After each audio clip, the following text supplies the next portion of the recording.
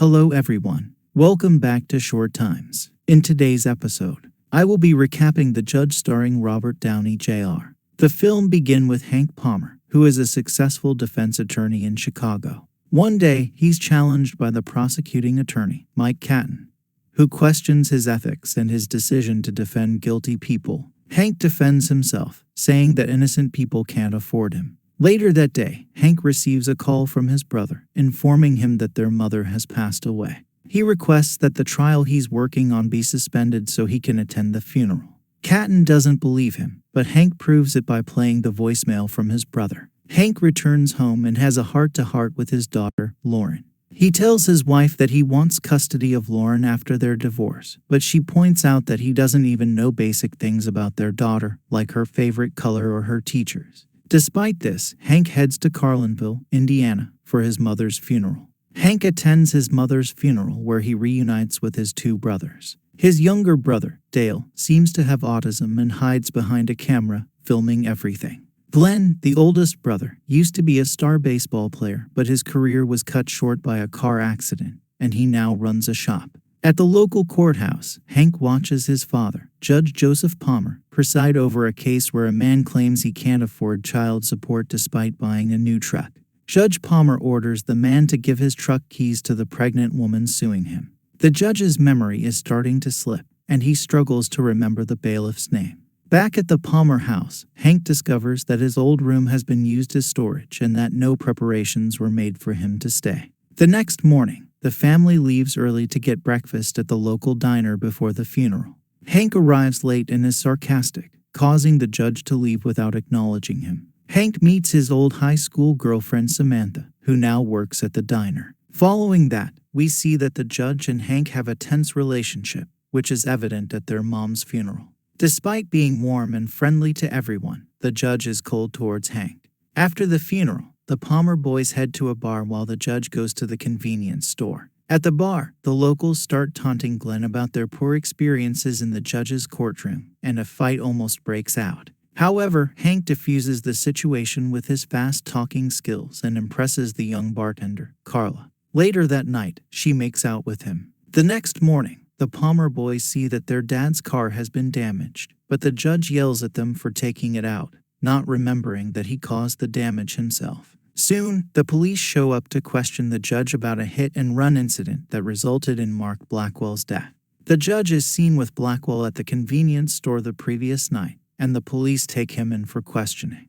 However, Hank rushes in to stop the interrogation, and the judge insists that he did nothing wrong, so he should speak with the police. The judge claims that he went a different way home than where Blackwell's body was found. The Palmer family goes back home, and the judge mocks Hank for not being able to keep his marriage together, which infuriates him. Hank decides to leave and go back to Chicago. Just before his flight takes off, Glenn calls him to inform him that the judge has been arrested. Forensic evidence shows Blackwell's blood on the judge's car. After his father, the judge, is arrested for a hit and run, Hank bails him out of jail. However, the judge refuses to let Hank represent him and hires local attorney C.P. Kennedy, who runs a shop as his main job.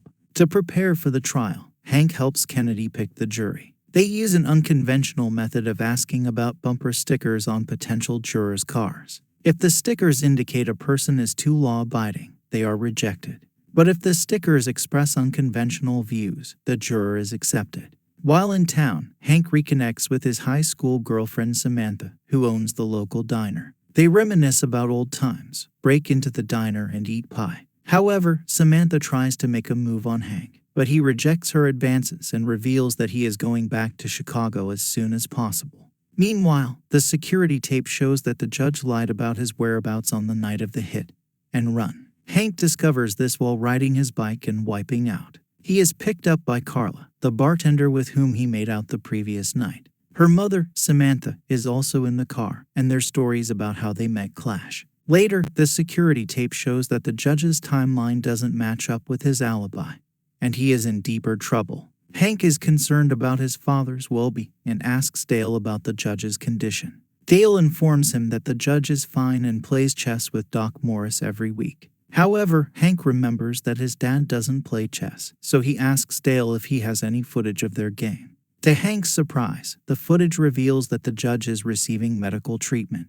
Hank meets with Doc Morris to inquire about his father's health and learns that he has cancer and has been undergoing chemotherapy, which causes memory loss. Hank thinks that they can use the judge's illness as a defense in court. Blackwell, who had killed his girlfriend after the judge went easy on him, is now being prosecuted for a car accident that killed a pedestrian.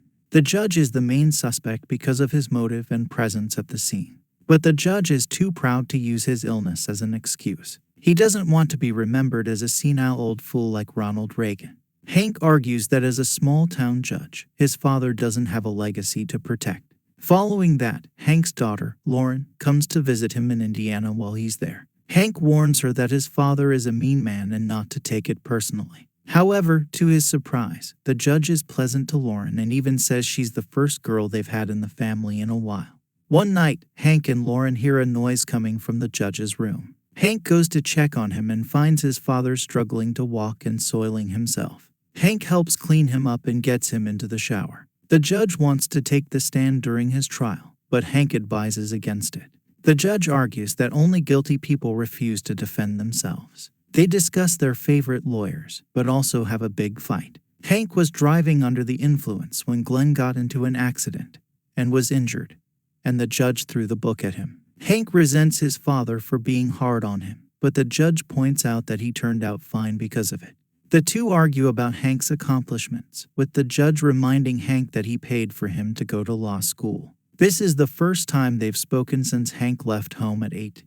Hank takes Lauren to the airport and notices that she has similar mannerisms to Carla. He realizes that Carla was born 9 months after the last night he spent with Samantha, and he worries that he may have been making a move on his own daughter. As Hank spins in his dad's chair, he reflects on his relationship with his father and the lessons he learned from him. He realizes that his dad's tough love and high standards helped shape him into the successful lawyer he is today. Hank also thinks about his own shortcomings and how he can be a better father to his daughter. As he leaves the courthouse, Hank sees a young boy getting arrested for stealing a candy bar. He approaches the boy and offers to represent him in court. The boy's mother is hesitant, but Hank convinces her that he's the right person for the job. In court, Hank argues that the boy was only trying to feed himself and his siblings, as their mother is struggling to make ends meet. The judge is moved by Hank's argument and decides to sentence the boy to community service instead of jail time.